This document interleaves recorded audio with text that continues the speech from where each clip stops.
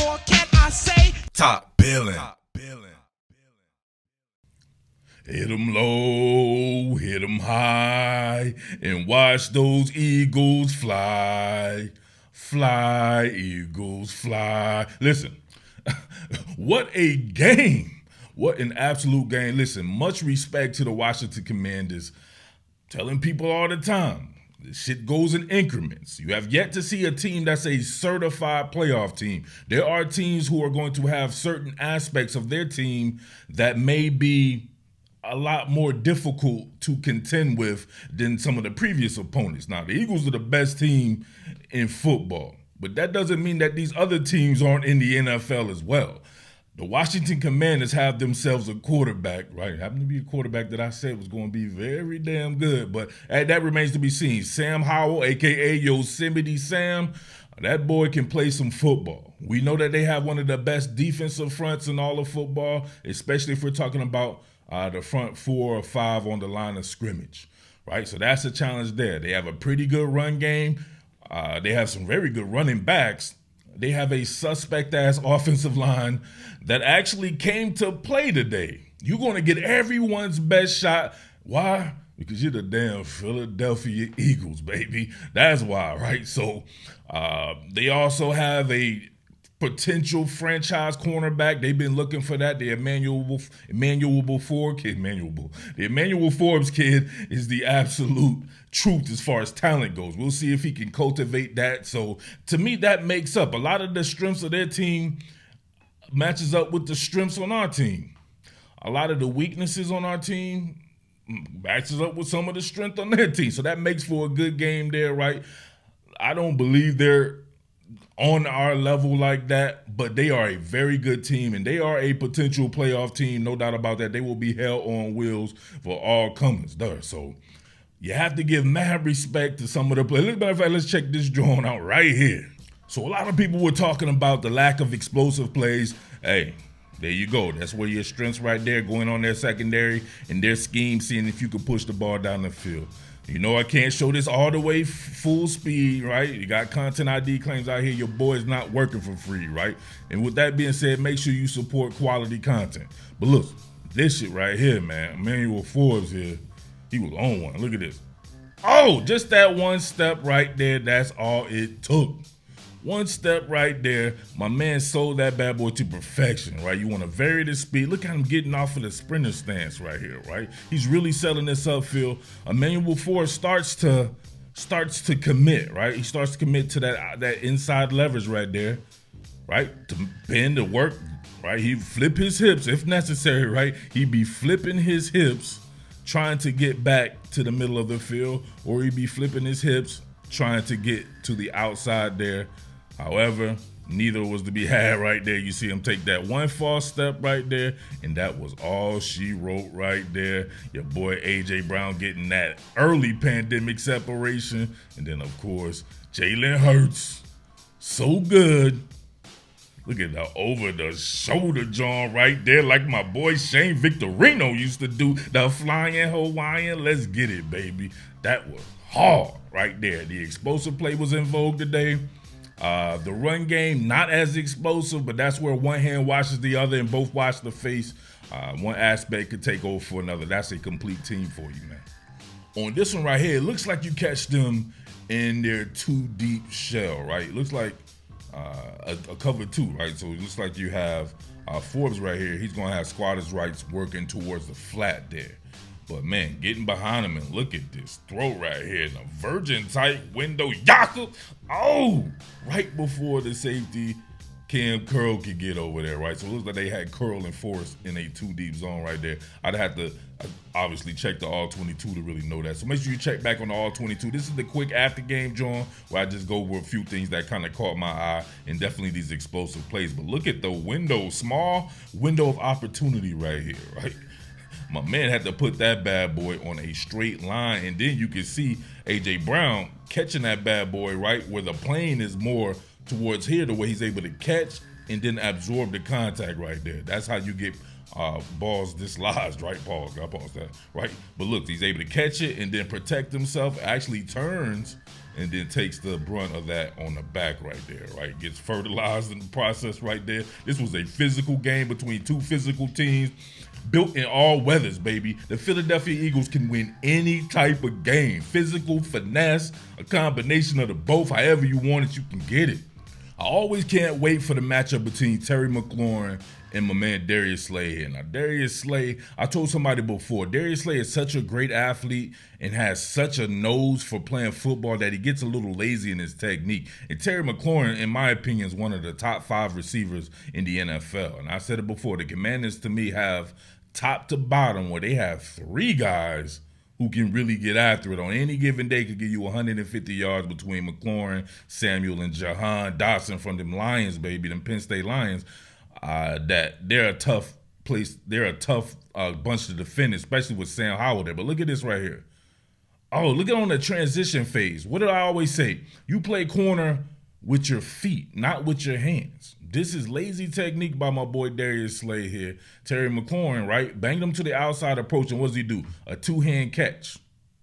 A 2-hand catch right there. Why you 2-hand catching on this right here? He's in good position. What he wanted to do, obviously, if you're going to be that close, you shoot that left hand to that right shoulder pad to find the range. It's a range finder. You don't catch, right? Why are you catching right there? There's no need for it. All you can do is hold, right? You can see him on the transition. If this is something going in the back, he's grabbing and pulling and propelling himself forward. You can see him pull McLaurin right there and propel himself forward. He was in good position, man. That would have been a hell of a play on a dude that is very tough to work with in the quick game, right? To combat there, but sometimes the lazy technique, man, can get you right there. And you can see him straight up. Like I said before, I don't play favorites when I'm behind this analysis booth, baby, right?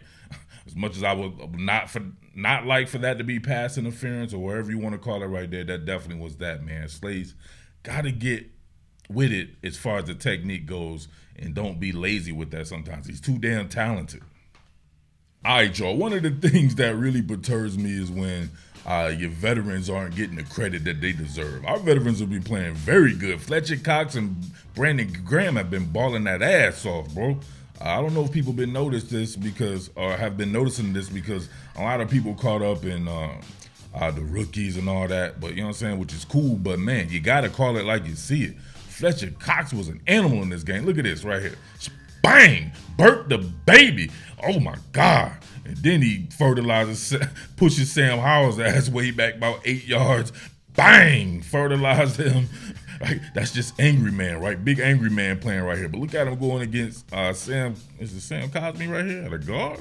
Look at him going against Sam Cosmi right here. And then bang! Come on. That's how you burp the baby, right? Colic and gout, all that shit cleared up right there.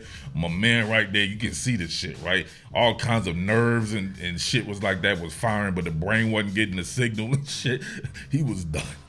Absolutely done right there. Bang. He's a quadriplegic for about a millisecond right there, but then he regains his composure. He was good, but then Sam Howell wasn't. Bang. Fletcher Cox, baby. Come on, man. He's up there disrespecting Fletcher Cox in the comment section, too. I might find this dude. I talked about this one in the last one. It went empty in the previous game, and they got that man coverage. If they would try to go back to it. It was Kenneth Gainwell in that game. This time you have my man, the Philly Flyer, DeAndre Swift, matched up on Jamin Davis right here. And check this out. My man with that. Banging to the inside, and then, oh my God, got vert on him, but Jalen missed it. Absolutely missed it right there. Obviously, Jamin Davis had to pull the ripcord, right? He was in FEMA mode. He ain't know what was going on, right? How you take a false step and he hadn't even taken a step. Yeah, he was so scared out there, right? Jamin Davis very talented though, but bang. Get him moving to the inside, almost like a damn slant and go, right? Like a sharp slant and go when you bang it that far to the inside, and then he had to do a 2-hand catch like Darius Slay did right there. He 2-hand caught it and then tugged on the jersey right there. But you can see, man, that's that at least mid pandemic separation right there. Now it turns into early pandemic separation too. Jalen just kind of misses the timing on that, right? But when they get that one down right there, going vert with the running backs out wide, nobody's going to be able to mess with. I'm talking about Kenneth Gainwell and DeAndre Swift. Both those guys, very good receivers and very explosive. know who keeps standing out as the best player in the secondary thus far in the season?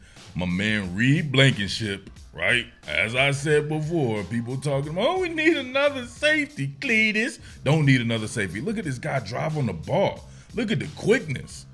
Look at the tackling ability and the ferocity right there.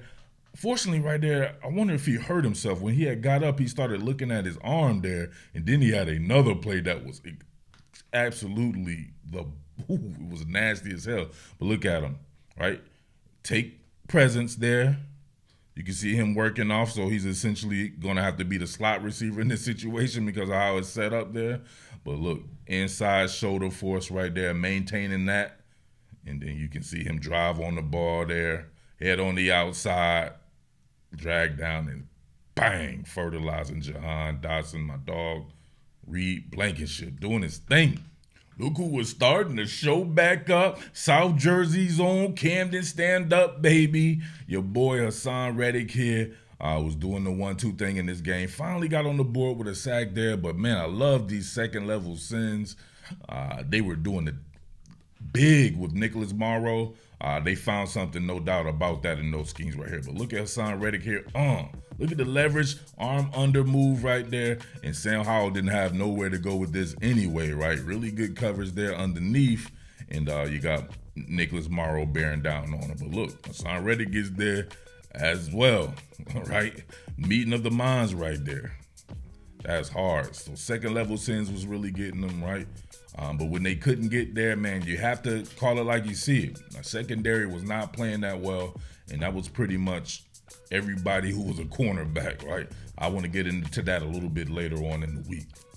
All right, last one right here. I got to go, but you know I'll be back when the real film comes out right there, so I can get less of a content ID claim, right? The chances of it at least. But look, your man, Hassan Reddick, baby. Come on, South Jersey. Look at the move right here. Bang! Look at that right there. Fight the hands, run that arc. You can see him right. He binked this shit too. Like you see him running right here, widening it out, right? He wants to get him to commit wide because he knows that, hey, the arc is damn near endless when you have his type of speed. Look at him before he could even get there. My man's not even really showing the hands, but you get that bink right there. Fight the hands, run that arc right there, turn the corner. The bendability and flexibility and dexterity there. And then you can see my boy right there, Josh Sweat, who should also never be taken off the field, right? At this particular point in time, you can see him both running the arc. And they did this a lot last year where they would get there at the same time. Son Reddy kind of goes under it right there and gets the solo sack. But Josh Sweat was there as well, baby. Come on. The edge players getting it in. You can see it again right here. You can see him with that outside step right there. Man, look how low he can get. Look at that. That's incredible, man. That's what you want right there. My favorite player on the Eagles right there. South Jersey's on getting low like Lil Jon and them. Look at that, man. Exotic dancer with it, right? Exotic dancers can't get that low, but look at that.